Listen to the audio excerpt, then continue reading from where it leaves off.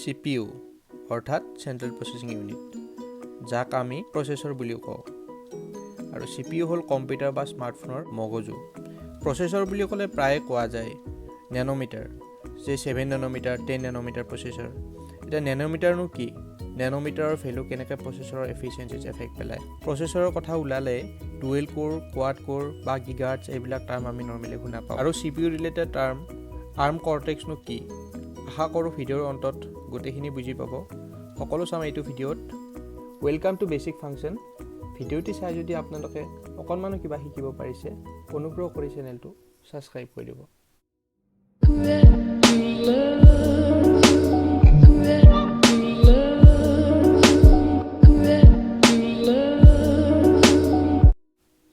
ধৰি লওঁ কনষ্ট্ৰাকশ্যনৰ কাৰণে আমাৰ হাতত এটুকুৰা ভাল ঠাই আছে আৰু তাতে আমি এটা ঘৰ বা অট্টালিকা বনাব বিচাৰিছোঁ। এনে ক্ষেত্ৰত আমি এজন আৰ্কিটেক্টৰ ওচৰলৈকে যাম, যিয়ে আমাক ভাল এটা ডিজাইন বনাই দিব।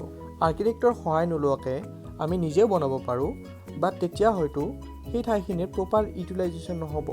সঠিক প্লেনিং আৰু এফিচিয়েণ্ট ডিজাইনৰ সহায়ত আমি ঠাই টুকুৰাৰ ভাল লাভ উঠাব পাৰোঁ। আৰ্কিটেক্টৰ নিচিনা আৰ্ম অৰ্থাৎ এডভান্স ৰিস্ক মেচিনছ অৰ্থাৎ প্ৰচেছৰৰ নক্সা বনোৱা কোম্পানী।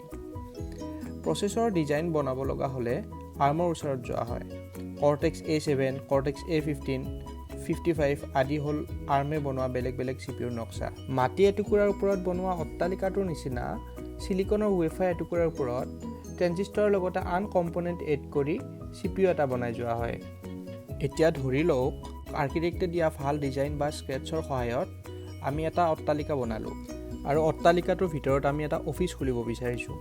অট্টালিকাটোৰ বেৰবোৰ যদি বৰ বহল হয় তেতিয়াহ'লে আমাৰ অফিচৰ কাৰণে ঠাই বেছি নাবাচিব আৰু বৰ বেছি পাতল হ'লেও মজবুত নহ'ব। গতিকে চাৰিওপিনৰ পৰা মিলাকৈ এটা নিৰ্ধাৰিত জোখৰ হ'লে ভাল।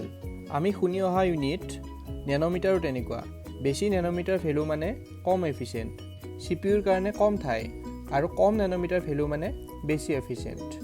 দুৱাৰবোৰ যদি বৰ খৰকৈ খোলে তেতিয়াহ'লে এমপ্লয়ীবোৰ বৰ সহজতে অহা যোৱা কৰিব পাৰিব, আৰু খোলা মেলা কৰোঁতে যদি বহুত টাইম লাগে তেতিয়াহ'লে এমপ্লয়ীবোৰৰ এটা ৰুমৰ পৰা আন এটা ৰুমলৈ যাবলৈ বৰ অসুবিধা হ'ব। দুৱাৰ খোলা স্পীডেই হৈছে ফ্ৰিকুৱেঞ্চি, যাক গিগাহাৰ্টছ ইউনিটেৰে ৰিপ্ৰেজেণ্ট কৰা হয়। যিমান সোনকালে দুৱাৰখন খোলা মেলা হ'ব, সিমান সোনকালে এমপ্লয়ীবোৰ এটা ৰুমৰ পৰা আন এটা ৰুমলৈ যাব পাৰিব। ফ্ৰিকুৱেঞ্চি বা ক্লক স্পীড যিমান বেছি হ'ব, সিমান ভালকৈ ইনফৰমেশ্যন পাছ কৰিব পাৰিব প্ৰচেছৰ কম্পনেণ্টবিলাকৰ মাজত। অট্টালিকাত থকা নাম্বাৰ অফ ফ্ল'ৰৰ নিচিনাকৈ চিলিকনৰ টুকুৰাটোৰ ওপৰতো ফ্ল'ৰ থাকে, যাক আমি কোৰ বুলি কওঁ। 2টা ফ্ল'ৰ মানে ডুৱেল কোৰ, 4টা ফ্ল'ৰ হ'লে কোৱাড কোৰ, 8টা হ'লে অক্টা কোৰ আৰু 10টা হ'লে ডেকা কোৰ। এটা প্ৰচেছৰত লাখ বা বিলিয়নৰ সংখ্যাত ট্ৰেনজিষ্টৰ থাকে। টেকনিকেলি ক'ব গ'লে সেই ট্ৰেনজিষ্টৰৰ গেটৰ লেংথক নেন'মিটাৰ বুলি কোৱা হয়। কাৰেণ্টলি প্ৰচেছৰত আমি 5 নেন'মিটাৰ বেছ টেকন'লজি দেখা পাওঁ। কোৱালকমৰ স্নেপড্ৰেগন 888, 780G বা এপলৰ লেটেষ্ট প্ৰচেছৰ A15 বায়নিক চিপ আদি সকলো 5 নেন'মিটাৰ বেছ প্ৰচেছৰ। ফিউচাৰ হয়তো আমি 4 নেন'মিটাৰ বা 2 নেন'মিটাৰ বেছ প্ৰচেছৰ দেখা পাম, যিটো পাৱাৰ এফিচিয়েণ্ট হ'ব।